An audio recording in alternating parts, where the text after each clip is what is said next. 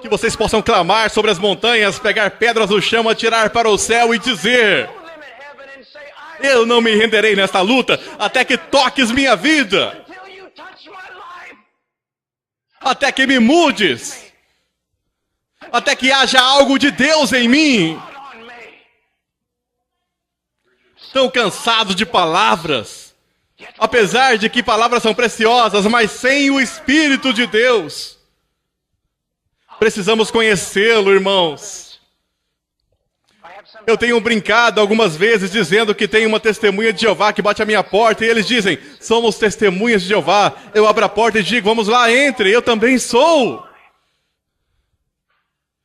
Deixo que falem por 10 minutos e digo: você não é uma testemunha de Jeová. Você está mentindo sobre Jeová. Agora, por que eu faço isso?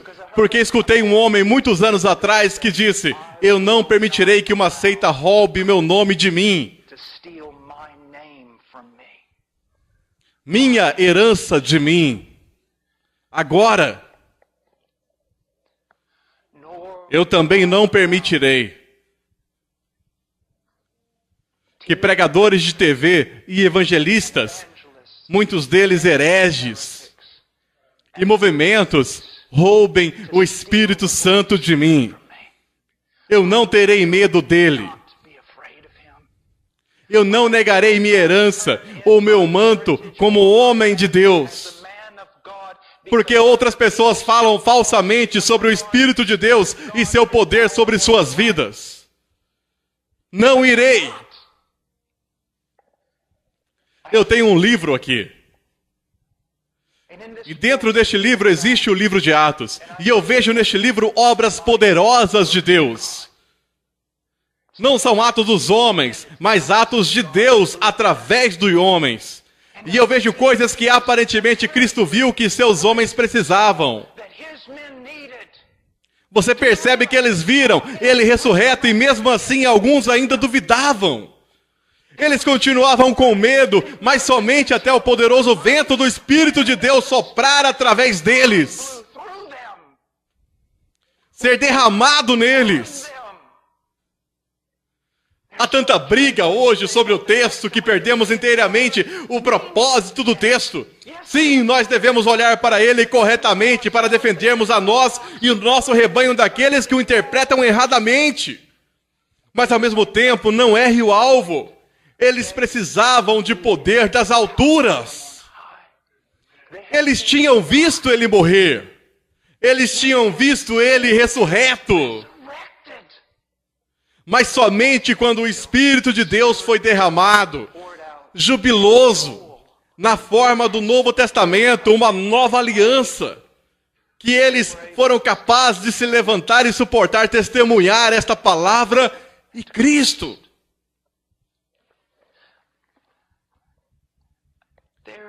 Não há absolutamente nada que seja retido aos amados de Deus. Aos amados de Cristo. Não há nenhuma bênção espiritual que seja retida de você. Não há nenhuma medida da sua presença que ele negará a você, mas nada tendes, porque não pedis.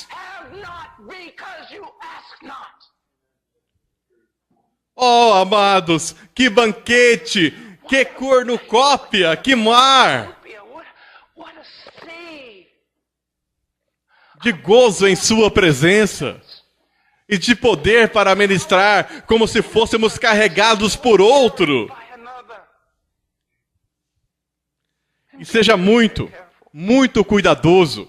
Embora eu acredite que estou dizendo algo que você precisa, alguns de vocês estão tão aborrecidos que vão sair dizendo, quando deixar esse prédio: bem, ele nem mesmo abriu a Bíblia até os primeiros 15 minutos. Você não consegue ouvir que Deus está falando? Coisas bíblicas estão sendo ditas a você neste momento. Eu não sou um grande teólogo sistemático, eu conheço as minhas limitações. Eu não sou um intelectual, eu não participo de seminários e aprecio tanto os homens que o fazem. Se não fosse por eles, eu não sei qual a direção a minha vida teria tomado. Preciso tanto de homens brilhantes. Eu não sou um deles, mas uma coisa eu posso lhe dizer, é que em toda a minha vida eu tenho necessitado, eu tenho sido fraco, tenho sido lento, tenho tido medo, mas isso me faz correr para Ele. E ao correr para Ele, há tanta glória, há tanto poder, há tanta vida. Você entende? Não é apenas que eles precisem pensar corretamente, para o homem ao menos ser capaz de alcançar com sua mente.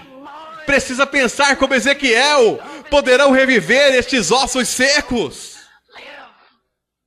Você entende? Nós precisamos ser sábios, precisamos ser profetas. Não devemos ser empresários e administradores. Nós temos que ter o poder do Deus vivo sobre nós. E quando proclamamos a palavra, estamos proclamando palavras para homens mortos. E precisa ser o Espírito do Deus vivo que vem e os levanta dos mortos. Então, quando eles são levantados dos mortos, eles ainda não são maduros. Precisam de Cristo, seja formado neles. Eles precisam alcançar a plena estatura de Cristo. E isso requer conhecimento. Novamente, nosso povo padece por falta de conhecimento. Oh, meu querido Deus, levante suas calças e mostre nos seus joelhos. Paulo não era um intercessor? Ele não era? Oh, meu irmão, me escute. Não há nada impossível em oração. Não há nada impossível.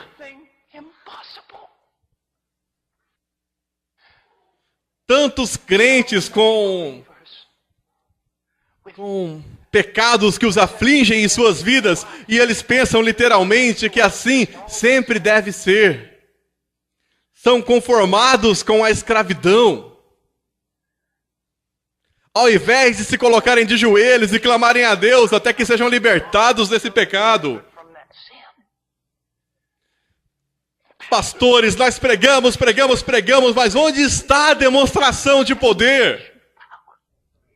Sim, homens são transformados através da pregação, mas você alguma vez viu homens transformados através da sua vida de oração? Você alguma vez já silenciosamente escolheu alguns homens nos quais você iria focar sua vida de oração? Dobrou os joelhos e lutou, e batalhou, até que Cristo fosse formado neles.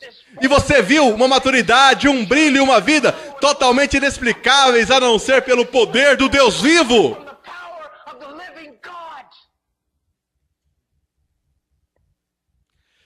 A maioria dos ministros de hoje venderam seus ministérios para a Quinta Avenida e para o marketing. E para igrejas sensíveis à cultura de modelo de negócios. Isso é totalmente patético, mas não venda o seu ministério pelo simples conhecimento. Você é um homem de Deus. Isso pressupõe que você viva com Ele em oração íntima. Oração íntima. Oração íntima. A presença de Deus é uma realidade em sua vida? Até mesmo essa pergunta deixa alguns de vocês trêmulos e com medo. Ele vai nos pressionar. Ele não é realmente um dos nossos. Ele é um pouco bem dado demais à experiência. Novamente, volte a ler esses livros antigos de vocês. Encontre esses homens. Oh, irmãos, nós somos mais do que administradores. Nós somos mais que meros estudiosos. Nós somos homens que habitam na presença do Altíssimo. Toda luta na sua vida, todo quebrantamento no seu corpo tem um propósito. é colocar você de joelhos. you to your knees. Todo conflito, toda batalha. Hoje não há uma batalha sendo travada nesse púlpito. Not in this pulpit. Ela foi travada esta manhã, às 5 horas da manhã. 5 o'clock. Não é travada aqui. Fought here. É travada em oração. Fought in prayer. É vencida em oração. Prayer. Isso é feito em oração. In prayer. Isso é feito em oração. Quero que você veja por um momento, vamos Let's just comigo até go Lucas with me to Luke 18. 18.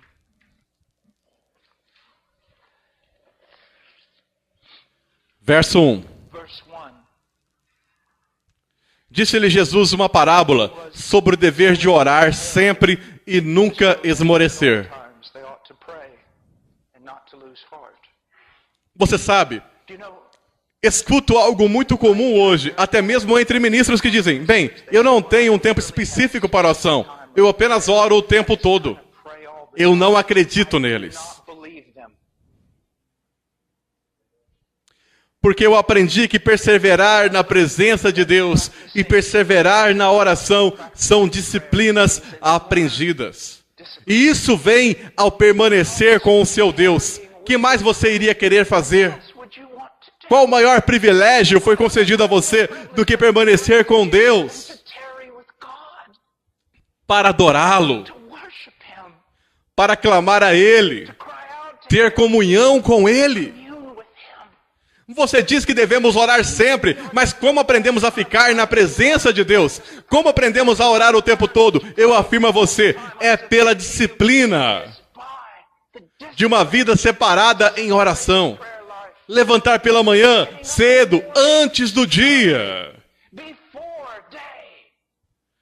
E eu acredito que ao lutar essa batalha Believe that in fighting this battle, de piedade, uma das melhores coisas que devo fazer é isso. things for me to do is this, Descobrir o que a minha carne mais odeia e fazer isso primeiro. and do that first, Antes que eu esteja cansado ou distraído. or distract. Levantar pela manhã e vou lhe dizer isso. Minha carne odeia oração mais do que estudo bíblico. Prayer more than Bible Porque o estudo bíblico pode, na verdade, ser usado para a minha glória. study used for Eu posso saber mais que os outros. Eu posso falar melhor que os outros. Se eu estudar bastante, posso falar em conferências. Mas ninguém vai ficar sabendo sobre a minha vida de oração. Não ganharei nada dos homens, mas ganharei muito de Deus. Minha carne odeia oração. prayer. Outra coisa específica para vocês, jovens ministros. Ministers, Nunca devemos ficar ansiosos. É engraçado para mim que homens que acreditam tanto na soberania de Deus possam verdadeiramente ser ansiosos. Mas eu acordo algumas vezes pela manhã ansioso. anxious, O diabo usa essas coisas como distrações. Pode ser alguma coisa imaginária me causando ansiedade. Pode ser apenas um pequeno problema, mas começa a corroer a minha mente. Então qual é a primeira coisa que eu faço pela manhã? Filipenses 4. Estou ansioso por nada. Então o que devo fazer? Pegue esses pensamentos de ansiedade ou o que for, corra para Deus imediatamente. Limpo minha mente de toda ansiedade agora e eu permaneço diante de um Deus soberano e tenho plena confiança.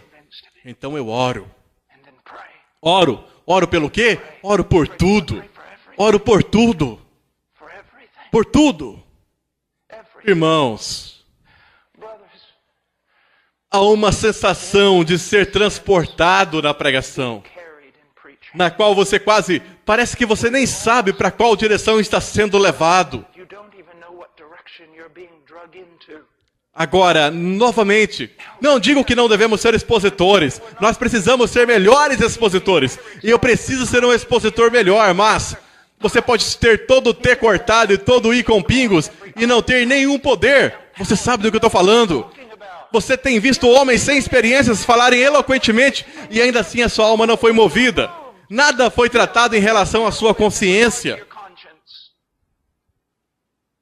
Ele ensinou uma parábola especificamente para que os homens soubessem que deveriam orar sempre. Uma parábola é construída ao redor disso com um propósito, que você ore sempre. You would always Mateus 26:41. Vigiai e orai, para que não entreis em tentação.